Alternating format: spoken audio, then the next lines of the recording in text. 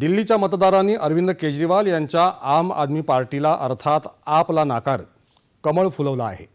तब्बल 27 वर्षांनी देशाच्या राजधानीत भाजपाची सत्ता आली आहे।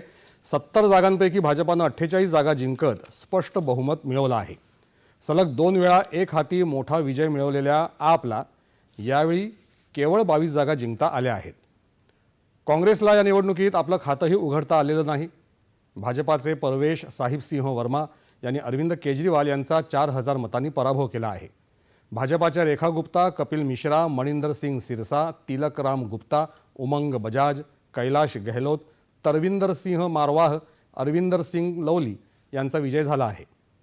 कालकाजी मतदारसंघातून मुख्यमंत्री आणि आपच्या नेत्या अतिशी मार्लेना विजयी झाले आहेत, तर सोमदत्त, गोपाल राय, जर्नल सिंग, कुलदीप कुमार हे सुद्धा विजयी झाले आहेत।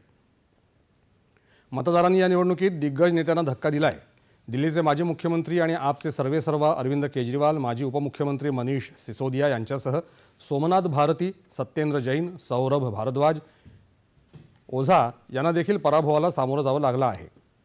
भाजपाचे रमेश बिधुडी, दुष्यंत गौतम यांचाही पराभव झाला आहे। काँग्रेसचे नेते संदीप दीक्षित आणि अलका लांबा यांचा देखील पराभव झाला आहे। काँग्रेसचा दिल्लीत सलग 4थ्या विधानसभा निवडणुकीत सफाया झाला आहे।